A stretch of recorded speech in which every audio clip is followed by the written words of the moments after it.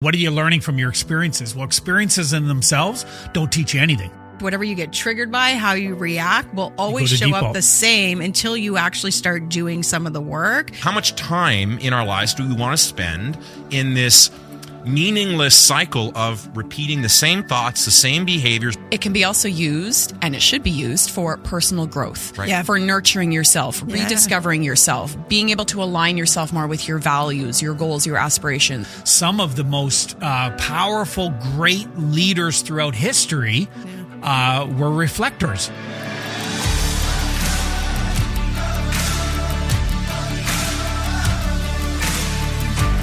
Welcome to the Living Richly podcast. If you are joining us for the very first time, we'd love to give you a warm welcome into the Living Richly Nation. And if you are a returning listener, welcome back. Today, we're talking about a topic that resonates, I think, deeply with all of us. It does. The power of reflection. In fact, we reflected so much over the past several weeks that we decided to redesign our set. Yeah, great. It looks amazing. Great job, real Amazing. team effort. Yeah. Warm, Awesome. cozy. I mean, you know, Kate and I had some of the input on, the flair of how it looks, but Agreed. you guys participated a little bit. A little bit. A little bit. Yeah. A little bit. We did all the work. We did what we were told. This is it's probably like most households, right? Right. It's a honey-do list. We You've got it. all we got was the honey-do Exactly. list and did all the muscle. But Right. And look at the result. and it looks Look amazing. at the It looks result. fantastic. Right. You guys did a Amazing. good job at reflecting on your instructions. So well done. I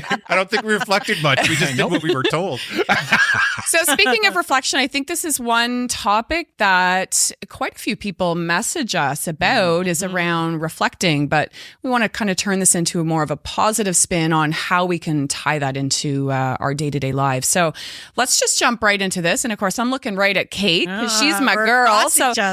if we think about reflection, what does a reflective lifestyle mean to us, mean to you? Yeah, great question. I think it'd be interesting to go around the table and hear from her. I know for me, I equate it to evolution of self. So that sort of reflective practice for me, I use the term rinse and repeat, and I don't mean rinse and repeat the same stuff all the time, but using a lot of the same tools to dig deeper and deeper and deeper into myself to understand why what are those beliefs that are down there that are driving some of my behavior. For me, it's just that rinse and repeat to evolve self. Yeah. I love that. I love that. I'm excited about today's conversation because we talk about reflection all the time in the show, on the show, but we've never actually dedicated an entire episode to it. So I think this is going to be fantastic. For me, when I think of what it means to me, I think of music. I think of a sheet of music where you have notes and you have rests. And the rests are just as important as the notes. As a matter of fact, I read recently that rests are when music is silent. And without them, think about that on a sheet of music. Without rests, all the notes would just crash into each other and it would be total chaos.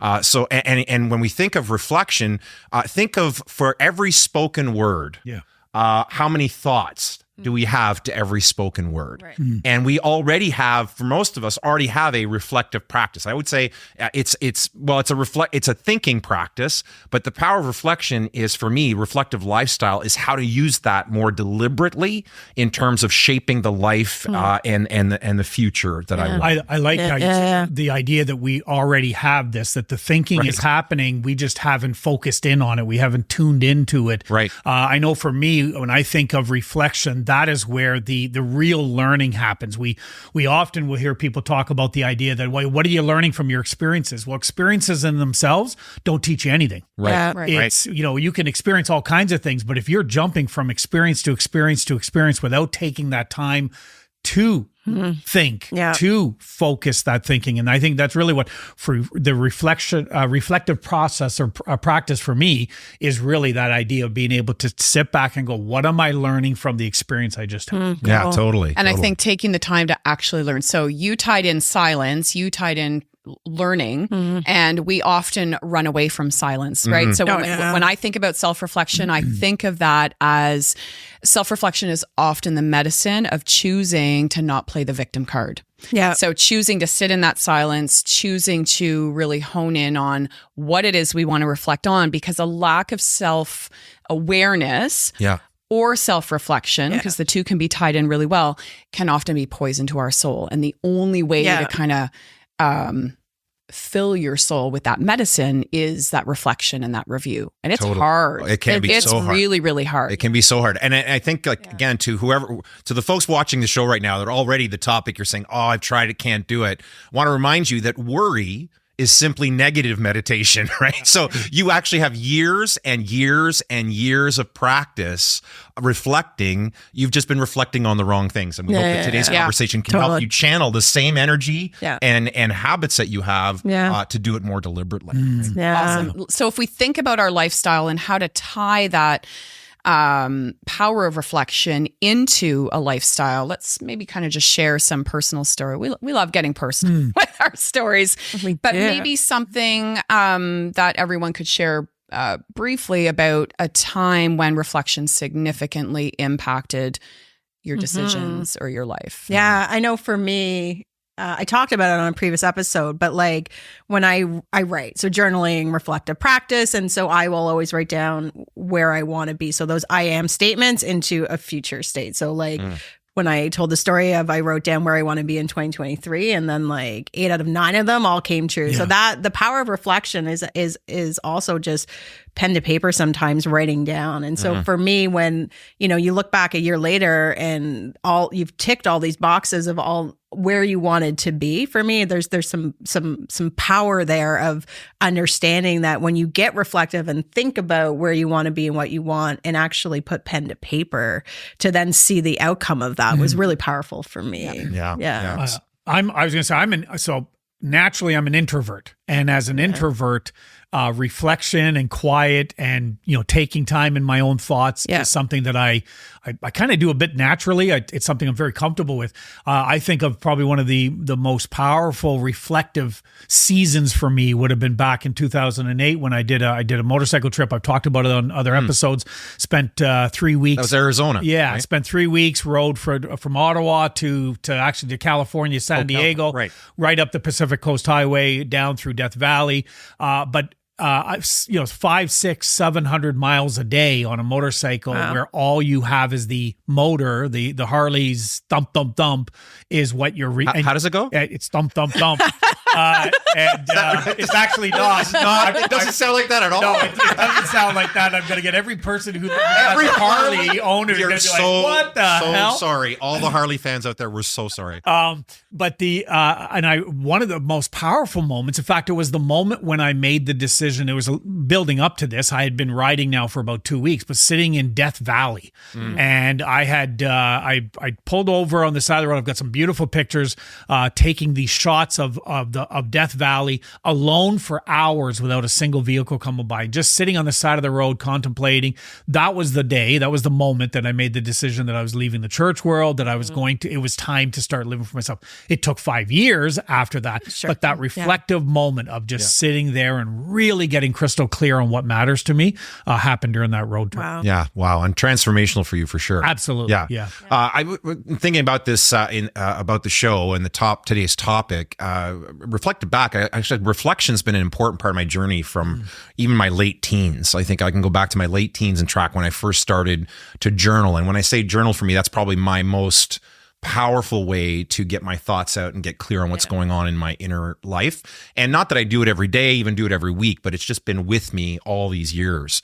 But the most significant moment, I've talked about it on the show. In many ways, it was part of what sparked this whole experience, was my great awakening in spring of 2022, where a bunch of things came together. And when I go back to my journal entries, those few months from end of April till the end of that summer, summer, so much transformation happening, and it's because of sitting with my thoughts and getting clear on what I want, who I am, what my values are. Yeah. And I think that's what's so important. I think most of us go through life.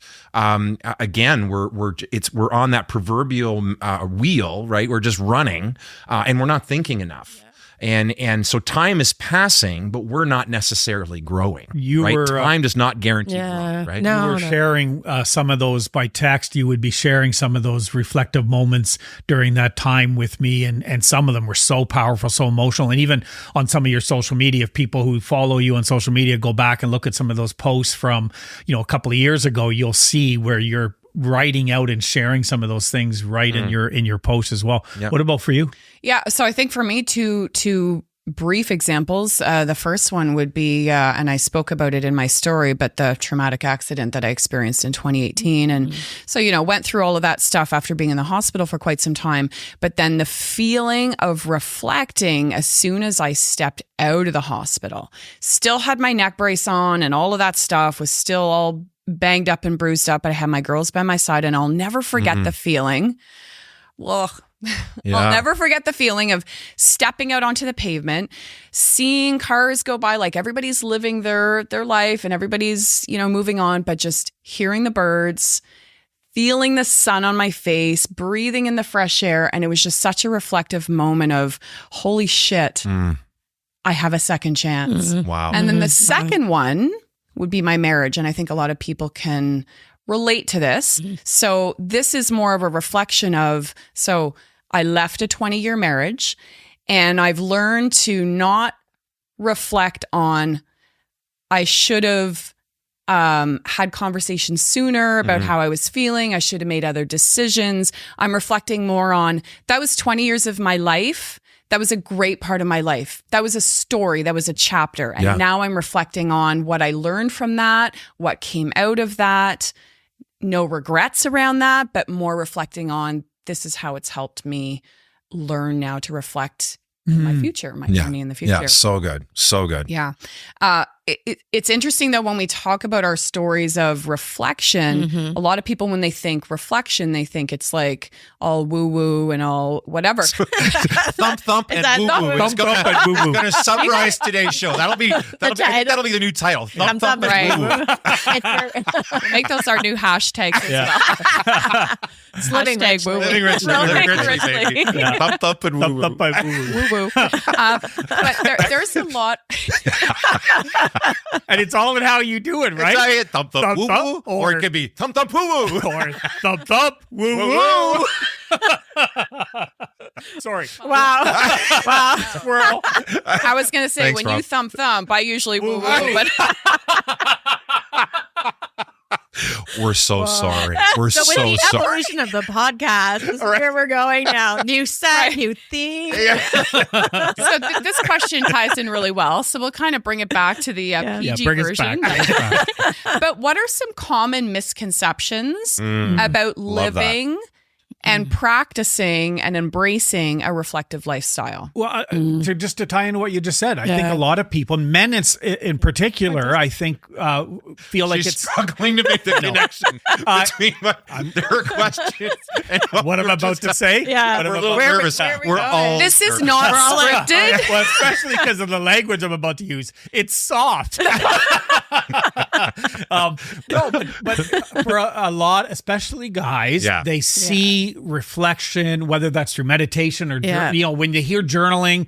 I remember the first time somebody said to me, you know, why don't you try journaling? I was like, what, like Dear Diary? Like, I'm not a 13-year-old girl, right? Like, but that's the thinking, is that it's soft, that it is that kind of it's the touchy feely. I don't have time for that. It's silly. And I think that's a big one that people have to overcome, is the power of some of the most powerful, great leaders throughout history were reflectors.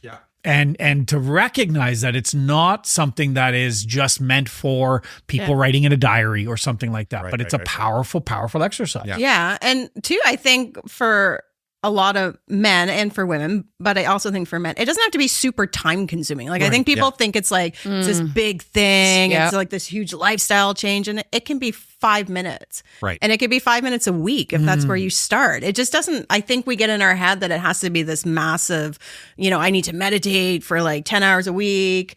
And it doesn't have to be that. It can be small. And I do think when we talk about reflective practices tied to that is I think we're as a society all okay with people carving out time to go, like if a New Year's resolution, I'm going to go to the gym, right? I'm going to work out. If someone says, oh, I want to get healthy, I'm going to the gym.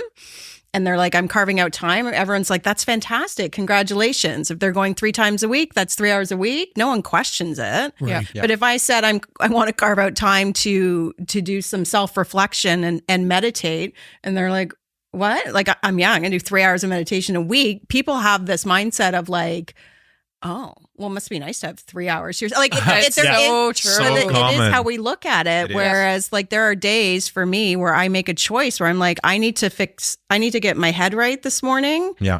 Over my body. So I'm going to meditate. I only have 45 minutes. I'm going to meditate and not work out. And I'm not saying it has to be a choice, but it's amazing when you can reframe that for yourself, that self-reflection is feeding your brain, which is as important as taking care of yourself physically. Yeah. Well, I love that because I think, again, to add to that, the notion of, I just can't find the time to meditate or reflect or think about what I'm actually doing with my life. I'm like, all the statistics show, both whether you're south of the border, north of the border, north of the or south of the 49th parallel, in the U.S. and Canada, the average adult has 4 to 5 hours of leisure time a day. It may not feel like that because we live such busy lifestyles running from one thing to the next. But the reality is we actually have a lot more disposable time than we think. Think about the amount of time you scroll on social media or you watch mindless television, right? Like investing some of that time. You're never going to find time. You're going to have to make time. Right? We all get the same 24 hours. Exactly. If you take a look at your screen time app on your phone. I took that off my phone. It's all Apple. But it is funny though, because most people, I hear from people all the time how much they hate that app because it tells them the truth. It doesn't lie. Right? It doesn't lie. I think for me, a big misconception, and I hear people say this all the time, is it's more for people who have problems. I don't need to. I must have a lot of problems. But for people who are, I do. Sorry. Thanks, Rob. No, it's okay. So for people who are facing problems or challenges versus using it as a proactive tool, it's not necessarily about troubleshooting. So yes, it can be. So say when you were going through your season in 2022, troubleshooting and pinpointing as you went through that journey. And that's such a great thing that we can do when we are reflecting. But it can be also used, and it should be used, for personal growth, for nurturing yourself, rediscovering yourself, being able to align yourself more with your values, your goals, your aspirations, which will typically change, maybe not from year to year to year, but every so often, like friendships, things are going to evolve. It's the same thing with your reflections. A lot of people think that reflection also, you have to sit in silence. Silence is good. But sit in silence and, like, to what you said, like, have this whole practice. And for some people that works really well, but for other people that just doesn't work well. So you don't need to have all of this fancy stuff and have this special room and everything. You could do it anywhere. And you can combine, at any time. You can combine. I know for me, like, I heard Brene Brown say, like, her meditation was when she swims. Right. And so, combining physical activity with, doing, taking care of your mind at the same time. And I know for me, running was like that. And I listen to very loud music when I run. But when I used to run a lot, that for me was, I would just get so clear on everything. It was meditation for me, super reflective. So I think, it's you can combine two, come together, to your point, when you don't have to sit in a quiet room with your legs crossed going like this. Totally. And some people love that, and other people like tying it into physical activity. Other people like tying it into other things. But I think it's an ongoing process. 100%. I don't know how many times I've heard people say, I've tried it, it doesn't work. Well, you have try to something do else. it. But you have to try something else. You have to do it for more than a week, more 2 than weeks, a New Year's 3 resolution. weeks, a month, right? Like it's not a, take this pill 3 times a week and you'll lose 20 pounds. Reflection is the same thing, right? It's that ongoing intentional practice of pouring into yourself. I would add one more myth that I think is really important to debunk, and that is that you always feel better after doing it. Right. I think actually in reflection,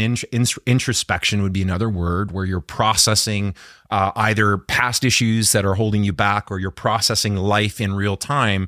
You're going to come face to face with difficult emotions. You're going to come face to face perhaps with difficult memories. And so in the moment, it can be painful. It can be uncomfortable. And I think that's why we avoid it. We don't like discomfort in our society. We hate discomfort. We hate it. And so we run from it. And I think I agree that there are so many different ways to live a reflective practice. In sport, in physical activity, even in conversation. For me, I see these conversations. We get together once a month. We usually record 3 or 4 episodes every time we come together for the show. And to me, this is actually part of my reflective practice. We get to dive deep into a topic of importance, and I walk away enlightened and enriched by your insights, your perspectives, the insights of all of our audience members who send us questions and thoughts and comments. The idea, though, that there is power in silence. Right. There is time where sitting down and turning everything off, even if it's just for a few minutes, and getting present to what's going on inside, may be uncomfortable in the moment. But you want to talk about short-term pain for long-term gain? I don't think there's a place that could be more true. I've told the story before around that I used to, when I would listen to podcasts or audiobooks, was when I walked, and I would take, and I had, the dog that I had at the time, take him for a long walk or whatever, live downtown, walk around Parliament Hill or whatever. And I remember listening to a podcast where the guy's talking about being in the moment and really experience that. And I realized that I wasn't in the moment at all, that I wasn't paying any attention to my I was lost in the audiobook I was listening to. And ever since then, I've turned off. I don't wear headphones when I'm out walking or doing any of that, because that is one of the most powerful times of reflection for me, to be able to have the silence where nothing else is invading my attention. I'm able to focus. I so love that you brought that up, because I think for anyone who's into self-improvement and personal growth, we can see every moment as an opportunity to learn, right? And so we've got the podcasts on in the car. We've got and listen, if you're listening to the Living Richly podcast, keep it on. Really, keep it on. You don't want to turn that shit off. Or we've got the audiobooks going, or we've got sometimes we need to actually turn off the inputs and process what we're actually listening to, what we're actually reading. It's not necessarily the volume. I remember a friend of mine set a goal to read this insane number of books in a year. And at first I thought, wow, that's really impressive. And then it didn't take me long as I processed this, but how much are you actually able to internalize the content when you're just jumping from one thing to the other and you're never paying attention to what it's stirring up in your inner life? Right? So we had a goal for ourselves last year to read 10 pages a day. Every day. I think that's great. We've changed it, though, to 20 minutes a day because I started finding myself on days where I was rushed or busy and not really in the mood to read. I would just read the pages just to check off. But I like absorbing things, right? So now that we're doing it for 20 minutes a day, if I want to read the same page 3 times just to feel the words, just sit with it. It's such a small tweak, but it's huge. I love that. It's like there's so many different ways to take in information now, right? Yes. Like we used to say, it's all about reading. Listen, I'm a big reader. I think reading's great, but with podcasts and audiobooks and blogs and all kinds of even short form content on social media. There are channels on TikTok, Insta that you can follow that it's like morsels, like 60-second morsels of wisdom. Yeah. There's so many ways to take it in, but without a reflective practice, it's like you're lacking the glue to hold it all together. Exactly. Right? It's that we're not. It's kind of coming in and going out, but it's not sticking because reflection is what helps it stick. So if we think about lack, because you just said lack of reflection, if we tie that into our next question about this, so how does lack of reflection impact our day-to-day? Maybe like one or two quick things that... Well, I know. So I know for me, again, because as I said before, as an introvert, I like the time to process and think through things. When I don't, here's what I know I'm not reflecting when I'm being reactive. And I am responding in the moment, and I'm being and almost every time I do that, not all the time, because sometimes I do need to just react. But almost every time I do that, I look back and go, damn, if I'd just taken a little bit of time to think through. So whether that's a conversation, whether that's a decision, whatever it might be, the reflective process allows me to be much more proactive in the decisions that I'm making rather than reactive. I think a lot of people who aren't, in doing reflective practices are really like caught in this cycle where you repeat the same mistakes, and mistake's a strong word there, but the same behavioral patterns show up. So how you react, whatever you get triggered by, how you react will always show up the same until you actually start doing some of the work, and still you have to start thinking about, okay, interesting, why am I reacting that way? And that takes work to be able to do that. But it starts with reflection. Okay, like, why did I get so pissed off in that moment? Like what was that about? Because I'm not really mad about this. I'm not mad that someone threw a ping pong ball at my head. I don't know where that came from. It's here. Did you? No, but now I feel like doing it. I don't even know the ping pong table. But in the moment you can get really heated about something, and what reflective practice allows you to do is afterwards, sometimes not in the heat of the moment, sit down and be like, okay, I'm not mad about that. What am I really upset about? And it could be about something totally different that person did. It could be something from way back when, but sometimes just sitting with that. And so I think if you're not doing the reflection, you're likely going to be stuck in this cycle. Like a hamster wheel. 100%. I call it, it's like the same playlist.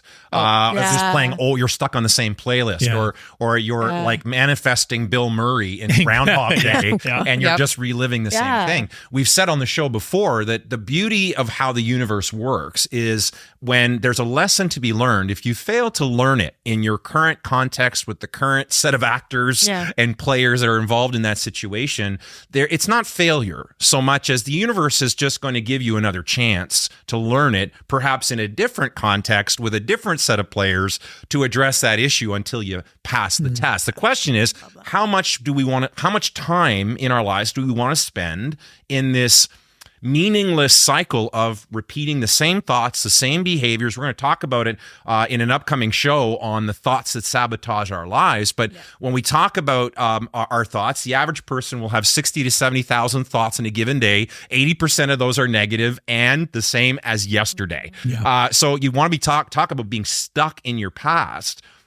Reflective practice helps us break that cycle and say, how do I want to show up differently? I used to call it, in my old preacher days, I had this illustration I would tell, and people always got a chuckle out of it. They had a lot of fun with it. And I won't go on and do the whole thing because it can be lengthy, but I refer to the I refer to the same old disease. Yeah, same old. Right? And it's, you go the same old route to the same old job, doing the same old things, you kiss the same old wife, the same old, Careful. No, that's where it gets fun. When you get through the whole thing, but it's this whole routine. Thump, woo, woo. Kate, can I borrow your ping pong, please? This is going down. Moving on. There is this notion of, again, until you pause and reflect, you're going to continue to do that same behavior, the same old disease. Totally. I know for me, I have a really hard time making decisions and navigating through overwhelm when I'm not reflecting. And you pick up on my pattern right away. Now, you also won't say, Wendy, I think we should reflect because then I'll be like, stop trying to fix me. I'm fine. It's like, what's the saying? When people tell you when you're upset to calm down. The saying is, when in the history of humanity has telling someone to calm the fuck down ever help them calm down. All it does is you usually get a fuck you. Exactly. But the inability to be able to adapt to, if you think about transitions or anything that goes on in your life, relationships, careers, moving, any kind of the big event, any event really, but not being able to reflect on that, or not being able to have that power of reflection in your day-to-day, which then will help me and probably a lot of people with that overwhelm, making decisions. I find that that's really helped me over the last couple of years, be able to navigate through some life decisions, some life choices. That's so good. That's so good. I think you have to recognize your own behavioral patterns. Yeah. So just like you mentioned, right? You have to recognize your own behavioral patterns in order to change the navigational route. Right. Yeah. So if you don't recognize it, 100%. or you recognize it and you choose, it's there, but you choose not to, you choose to ignore it. Yeah. It's living in the rut. Nothing changes if nothing changes. Exactly. It's like living in the rut, right? Yeah. We've talked about this on previous shows. You and I've done a lot of off-roading with the Jeeps. And if you're in an area where there are deep ruts from previous vehicles that have come by, try not falling into them. Right. Like your tires just naturally Slide want to right fall into into them. If you want to carve a new path, you have to work at that. Yeah. And so again, the question becomes, how long do you want to live in the rut? Right.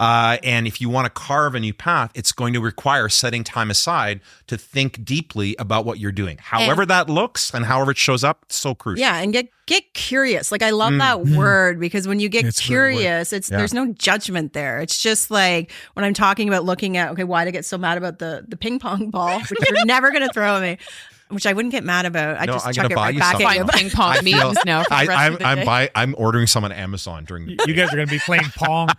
We're going to turn this whole Beer pong. Pretty good. Wine pong for you guys. Sure. But if you get curious versus like, if I'm looking at why did I get so upset, like what's wrong with you, instead of like, oh, that's interesting, I wonder what that's about. Even that switch of curiosity around it can help. Yeah. I think so too. So good. So as we think about our listeners, everyone that's joined the Living Richly Nation over the past year, a lot of people are thinking, well, that's great. You guys are talking about reflection and that sounds all wonderful, but what are the benefits? So I know it's good.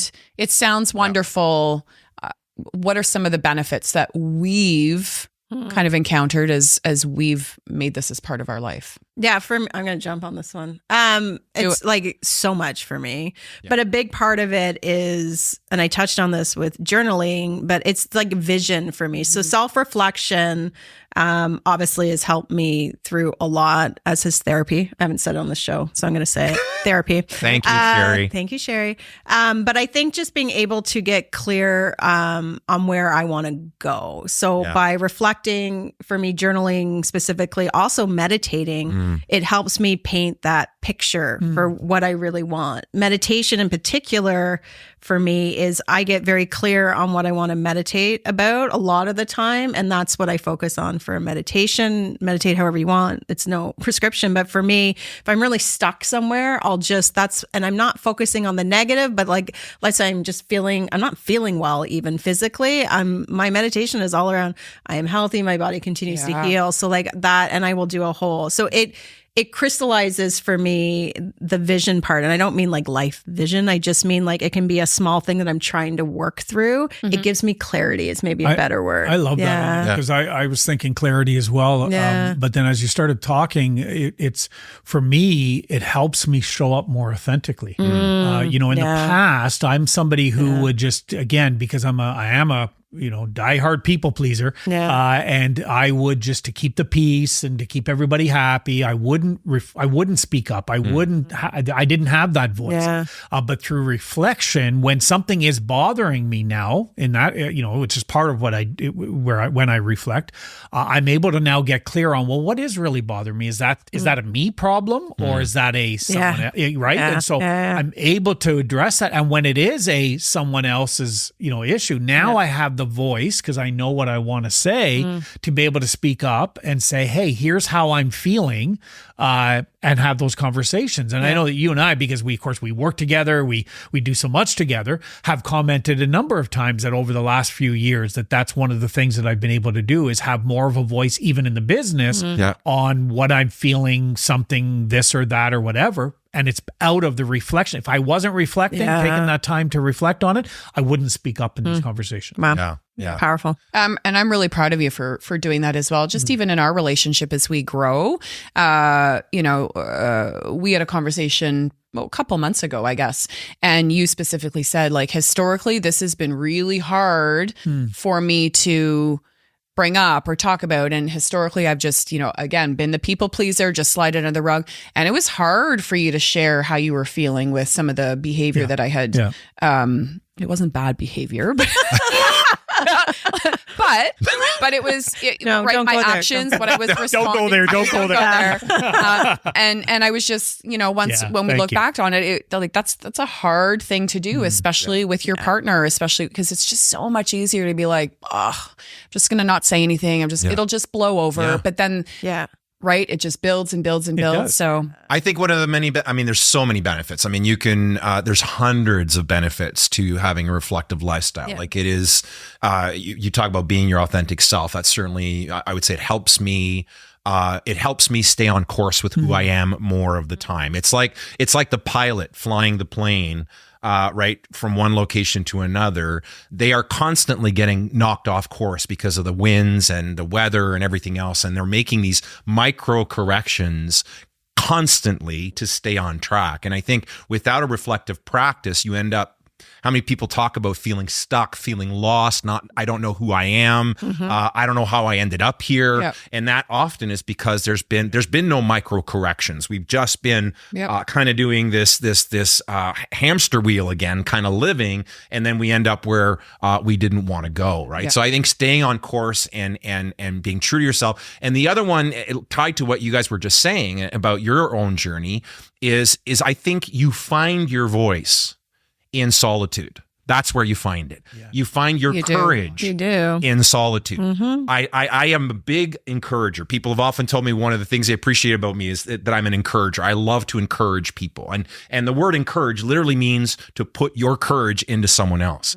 But if we are dependent on external sources to find courage, it's going to be problematic. When we spend time with ourselves, getting clear on who we are, what we want, where we're going, we find our voice, we find our courage, we find our way forward. It's hard work though. I love that. It's really hard work. Yeah. And I love that you mentioned what you just did, because for me, I've learned, and I'm still learning, to be really comfortable in being in silence and not running away or using work or other coping mechanisms that I've used in the past to not deal with the shit that's going on in my head. It's always been so easy for me.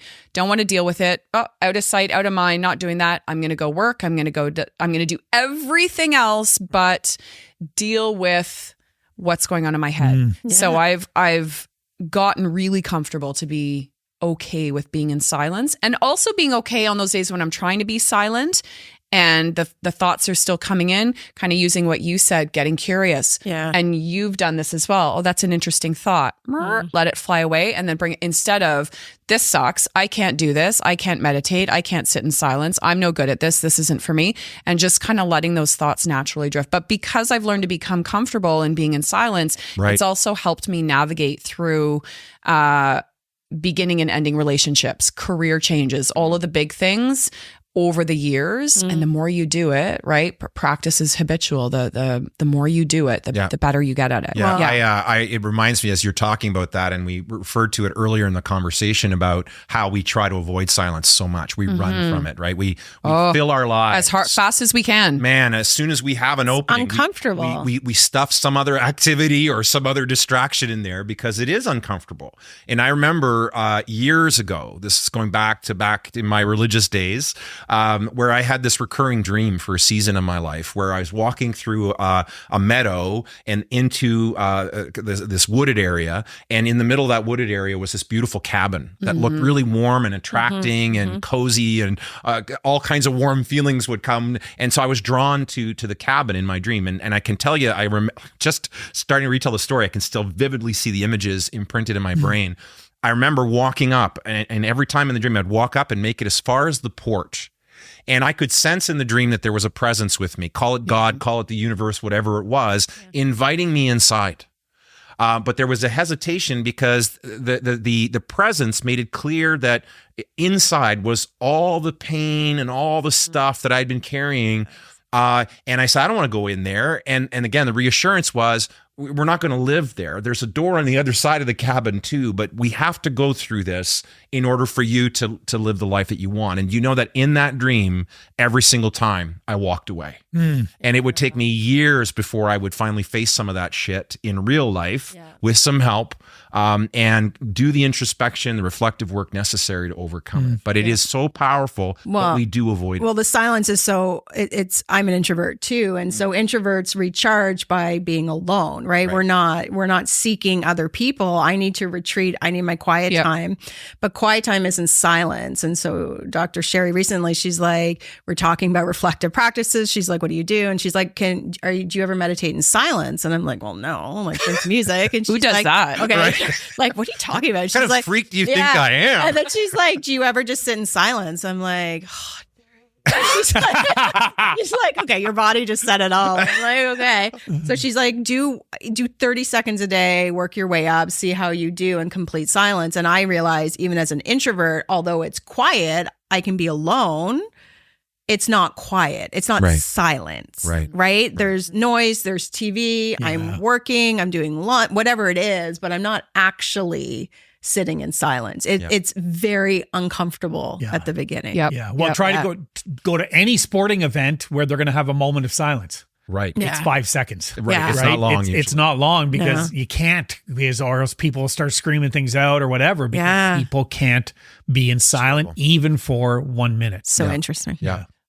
We've talked about some of the great things that can come about from doing reflective practices, but let's kind of talk about the downsides. Maybe one or two things really quickly around the table that, if people think, well, that's great, but what are some of the downsides? I know for me, it's time in terms of making sure that I'm carving that time out and making sure that I'm being patient with it. Right.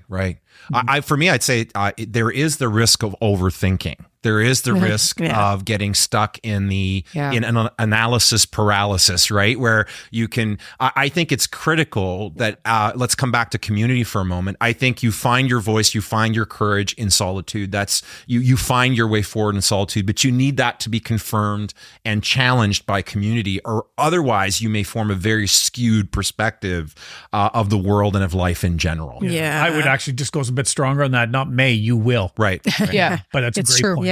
Yeah. And for me, it's definitely like one more thing I'm going to fail at. Like it's that, like I'm going to do it wrong. Do it wrong. We have it set in our head as to how it's supposed to be. Well, and if let's say I make a commitment to myself that I'm gonna meditate. We were just talking about this on the way here. We were on the way here. We were just talking about the show, and I'm like, I haven't been meditating as much. Like it's just, and we were talking about how the holidays and you get a routine, and then my negative self-talk is like, well, what'd you expect? You're not gonna be good at it, right? And then I'm like, but that's what I mean about when I said at the beginning of the show, we meditate and reflect naturally. The problem is most of it is so negative. Exactly. Right? And then it's just about getting back at it. So like, yes, you're not gonna show up perfectly self-reflection. It's not something I need to tick off. It becomes embedded in your life. So I love it. We don't need to get a gold star. No gold stars. Let's talk about strategies. So again, kind of going back to our community with the Living Richly Nation, giving some tangible strategies that people could incorporate into their day-to-day lives. What do you guys think? Well, we've mentioned it a few times. I've mentioned that it's been something for me, and I would say one of the strategies is just start walking. Take a walk and just take a walk. Don't bring your headphones. Ideally, don't even bring your phone.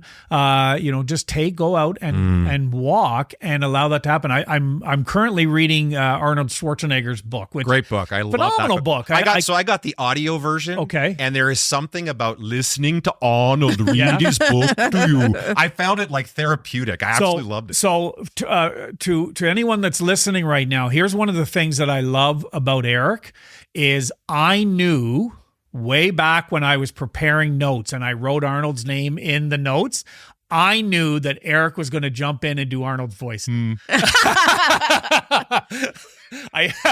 I'll be back. Exactly. But Arnold, in his do you want to go for lunch? Yeah. In the book, it's Be Useful, which at first when I saw the title, I was like, I don't know, is this the opposite of what Living Richly is about? It's this, you should be useful. Is it hustle culture? Right. And but it's not, and it's not. It's such a great book. We'll put the link to it in the show notes. But he has a whole section where he starts to name all kinds of these individuals who got their best creativity through walking. And there's a great quote, and I wrote it down. He quotes Henry David Thoreau, who says, "The moment my legs begin to move, my thoughts begin to flow." Yeah, I love that. I love that. Oh, what a great quote. So that's one of the things, the strategies I would say is, if you're not sure about writing, you're not sure about meditating, here's what we all know how to do. We all learned how to do this when we were young. Walk. Yeah, absolutely. I love that. I would say like another strategy is try different things. We mentioned it already, but experiment with what works best for you. Yeah. Try as best you can to avoid that. Well, if it works for them, it's going to work for me. That's not necessarily true.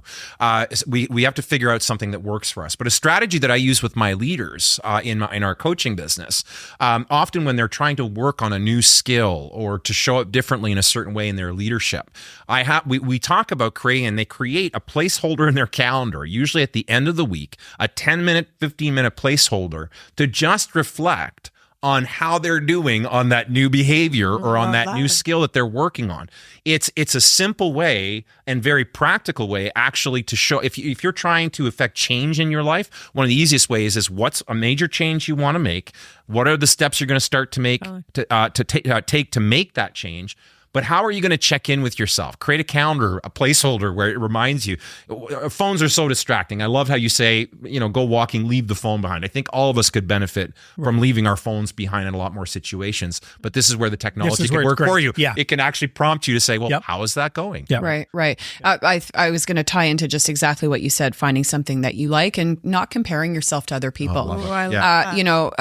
Reading, for instance, some people I love paper. I love the feel of paper in my hands. Other people like audiobooks. Other people like Kindles.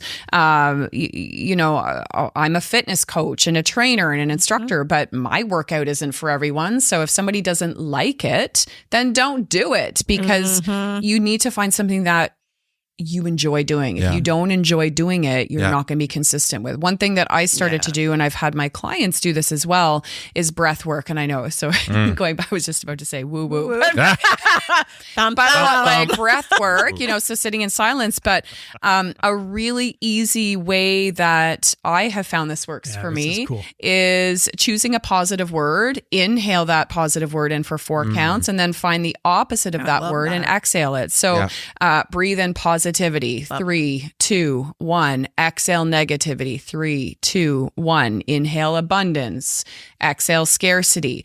And you don't need to have all of these listed out, but and I just did this the other day, and the words you'd be surprised when you sit in silence and you pay attention to your breathing and that flow of breath.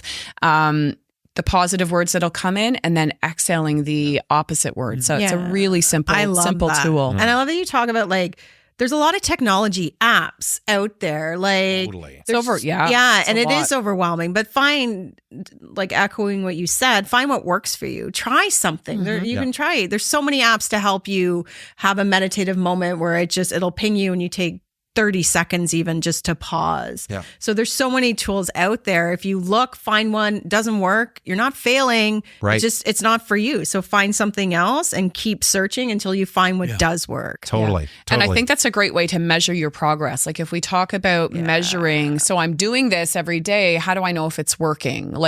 So what are the signs that I look for? And I think using an app or some way to track it where you can kind of start to see patterns in your behavior and how you're feeling is. I know for me, going back and looking at old journals was really cool. That's powerful. Because you go back and you see what you wrote. Super powerful. And if I go back, I have journals from 10 years ago and I go back and I'm like, whoa. So on those days where I feel like I haven't evolved or I haven't progressed, when I read that, I'm in shock and I'm like, I've come so far. It's a great way to kind of 100% to see your progress. And speaking, and we talked a lot about meditation. For me, guided meditations also been very, very helpful as a tool. I did create not long ago a 10-minute guided meditation using actually the 4 elements that we talk about at Living Richly. So that we'll make that available in the show notes. But the biggest one for me has to be journaling, where I'm and journaling is going to look different for different people, but it's where you're able to get what's going on in here. Sometimes it's just going to be a dump of your frustrations or your feelings. Other times you're just trying to process stuff. Sometimes you're just writing about what you're grateful about. But it's a check-in with your inner life, as opposed to ignoring those deep currents within. You're just getting present to them, not with the idea of resolving everything. I think that's the problem. We're not trying to resolve everything. No. We're just trying to get present to it. Mindfulness in its essence is getting present to what's happening right now. And I think the best place to practice it is with yourself, being mindful of what's going on under the hood. Yeah, I love that. As we start to wrap things up, let's one of the favorite parts of the show, I think, for us is our lightning fast round at the end. So if we think about what final piece of advice any of us could give to our listeners about embracing a reflective lifestyle, let's shoot around the table and go. Rob, you're first. Go. Well, I think just again, to echo, surprise. To echo what we've already said is stop trying to get it right and just do it. Yeah. I would say slow the fuck down. Remember notes and arrests. Remember to insert more pauses into the chaos. If you want to live a masterpiece of a life, you got to get present to what's going on inside. Yeah, and I would just say start, as Rob said, and start small. Give yourself something that doesn't feel overwhelming. And if you don't do it, you don't do it. And don't be hard on yourself. Just keep with it and start small. Yeah, I think those are amazing. And I would add in how you love and treat yourself is also how you teach others to treat you as well. When we learn to believe in our self-worth, that's really where we start to see things shift, because we are what we believe ourselves to be. Goosebumps. What a great conversation. What's a great conversation. We want to invite you to think about how these topics and what we talked about resonates with you most. And sharing is caring. So we would love for you to like, share, subscribe, help us get the word out, especially if there's been nuggets of this that have really impacted your life. Visit our website at livingrichly.me to help you find out how you can join our private Facebook group. This is absolutely blowing up. Yeah, it is. You're going to get exclusive member content, but more importantly, you're going to be surrounded by a like-minded community of people helping you on your journey. We also have the 15-day Life Vision Challenge. Again, this is only for members, so visit our website so you can see how you can pop into this group. And like I said, you'll also be able to link arms with some incredible people around the globe here. Until next time, enjoy living your best life.